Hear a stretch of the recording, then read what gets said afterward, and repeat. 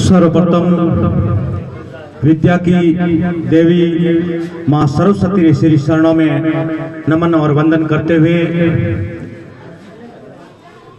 इस मंच पर विराजमान माननीय मुख्य अतिथि आदरणीय शिक्षागण, दूर दराज से पधारे हुए छत्तीस कौम राज्य के महानुभावों और मेरे प्यारे छात्र छात्राओं, भारत के भविष्य नौजवान युवा साथियों, मैं आप सभी का तहे दिल की अनंत गहराइयों से हार्दिक स्वागत और अभिनंदन करता हूं।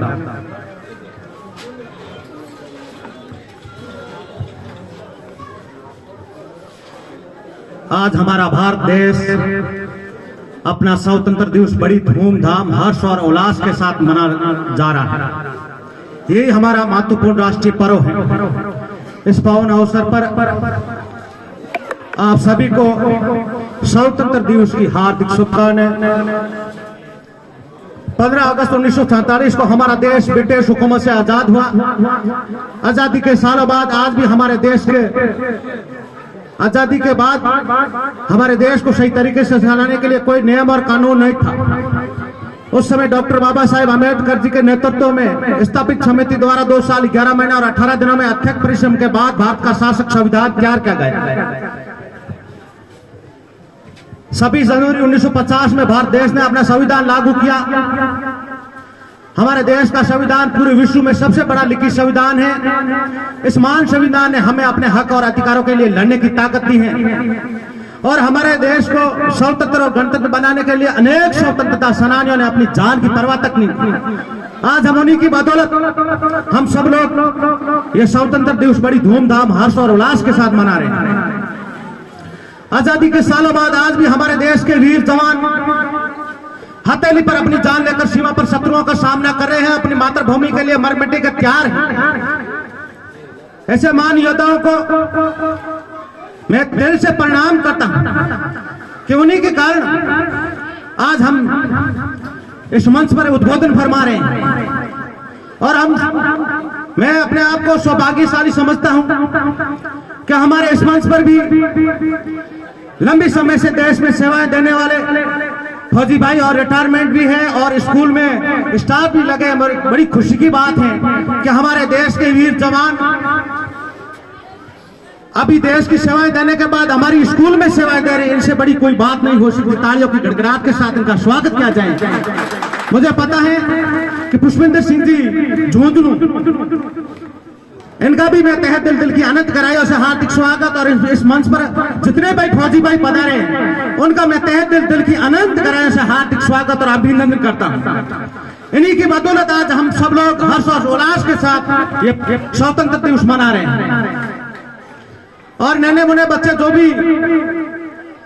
जो यहाँ मंच पे डांस गानों में भाग लिए हैं और मैंने सुना अभी कि कुछ बच्चे 10वीं और 8वीं 12वीं में अच्छे परसेंटेज बने, उनको भी मैं बहुत बहुत धन्यवाद देना चाहूंगा और उनके गार्जियन या विराजमान है उनसे भी मेरा निवेदन है कि आप अपना 10 मिनट 15 मिनट टाइम निकाल के और अपने बच्चों की पढ़ाई की ओर ध्यान दें। हो सकता है बच्चा पढ़ाई में ठीक नहीं करा तो खेल में अच्छा करा, तो पढ़ाई में अच्छा करा तो पढ़ाई की ओर बढ़ावा दे, खेल में अच्छा करा तो उसको खेल की ओर प्रेरित करें। और कई ऐसे प्रतिभाएं हैं यहाँ, लेकिन उनको मोटिवेट करने वाला कोई नहीं। मैं इसी स्कूल में पढ़ा लिखा हूँ, इसी स्कूल से निकला हूँ। मैं 5 बार यहाँ से स्टेट गया हूँ। तो मेरे पीटीआई से मेरा भी निवेदन होगा कि इस बार भी आप खेल की ओर थोड़ा ध्यान दें और खेल के साथ साथ पढ़ाई की ओर ध्यान दें। शिक्षा की ओर भी ध्यान देना बहुत ही जरूरी है और आप शिक्षा की ओर आगे बढ़ेगा तो दुनिया की कोई ताकत आपको आगे बढ़ने से नहीं रोक सकती। और आप समय को दीनहीन मानकर बैठ गए तो साहित्य लोकी में ऐसी कोई हस्ती नहीं है जो आपको ऊपर उठा सके। आप ये मत सोचिए जो बड़े बड़े स्कूलों में पढ़ने वाले सक्सेस होते हैं, जिनके घर के लग्जरी कारें खड़ी होती है वही सक्सेस होते हैं, या जो बड़े बड़े कोचिंग स्थानों में पढ़ने वाले सक्सेस होते हैं। सक्सेस वो नहीं होते, सक्सेस वो होते हैं जिनके अंदर जो जज्बा जुनून होता है वही सफलता के शिखर को छूते हैं। वो भले कहीं भी हो, लेकिन उनके माँ बाप के सपने और आपके माँ बाप के सपने एक ही है। रसोई की 60 डिग्री तापमान में आटा कोती हुई माँ यही सोचती है मेरे बच्चे की नौकरी लगे, मेरा बच्चा सक्सेस हो। खेत में काम करते हुए पिताजी यही सोचते हैं मेरे बच्चे की नौकरी लगे, मेरा बच्चा सक्सेस हो, लेकिन कुछ बच्चे जद्दे की फाकी बनाते हैं, गुटके की पुड़िया मिलाते हैं, बड़ी भिड़मना की बात है। ऐसे बच्चों में मत बनिए, क्योंकि इतिहास बनाने के लिए ऐसे लोगों की कोई आवश्यकता नहीं है। मेरे नौजवान युवा साथियों, मैं आपके सामने जीता जागता उदाहरण पेश करता हूँ। रेलवे स्टेशन पर ठेला लगाकर चाय बेचने वाला नरेंद्र मोदी जब देश का प्रधानमंत्री बन सकता है, घास फूस के सफर में रहने वाला रामनाथ कोविंद जब देश का राष्ट्रपति बन सकता है, अखबार बेचने वाला अब्दुल कलाम जब देश का राष्ट्रपति बन सकता है, पेट्रोल पंप पर नौकरी करने वाला धीरू भाई अंबानी जब इतनी बड़ी कंपनी खड़ी कर सकते हो, तो आप क्यों नहीं कर सकते हो? आप में क्या कमी बताइए? आप निश्चित रहे 140 करोड़ लोगों की लंबी कतार तोड़ के आगे आइए। जमाना आपका स्वागत करता है, माला लेके आपके आगे खड़ा है और आपकी भुजाएं समाज के लिए, इस देश के लिए कुछ करने की फड़क रही है। तो पहले जमाना था तलवारबाजी का, और समय के साथ परिवर्तन होना भी जरूरी है।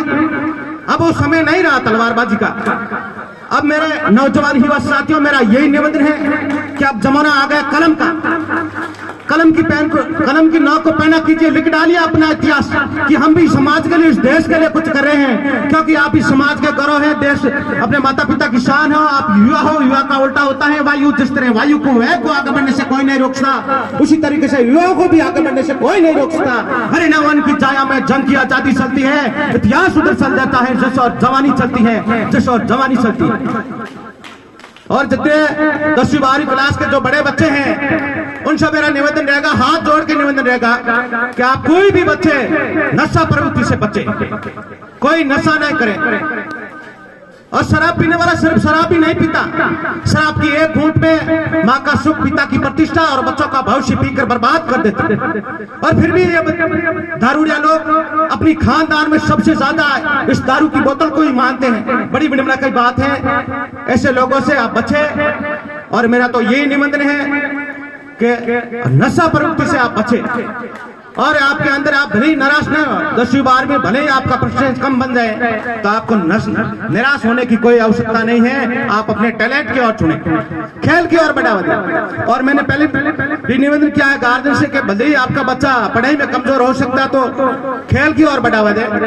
और पढ़ाई के साथ साथ खेल भी जरूरी है, और खेल के साथ पढ़ाई भी बहुत जरूरी है। और एक बार मैं पुनः स्कूल साहब और प्रिंसिपल साहब का बहुत बहुत धन्यवाद देना चाहूंगा, जिन्होंने पूरे सांस और गम के साथ पूरे कार्यक्रम को बखूबी रूप से तैयार करवाते हैं अच्छे से प्रस्तुति पेश किए। समय को देखते हुए मैं ज्यादा समय नहीं लेना चाहूंगा। एक बार मेरे सामने युवा शक्ति विराजमान है, उनसे मैं जय घोष के लिए, शायद अटल बिहारी वाजपेयी जी ने यह कहा था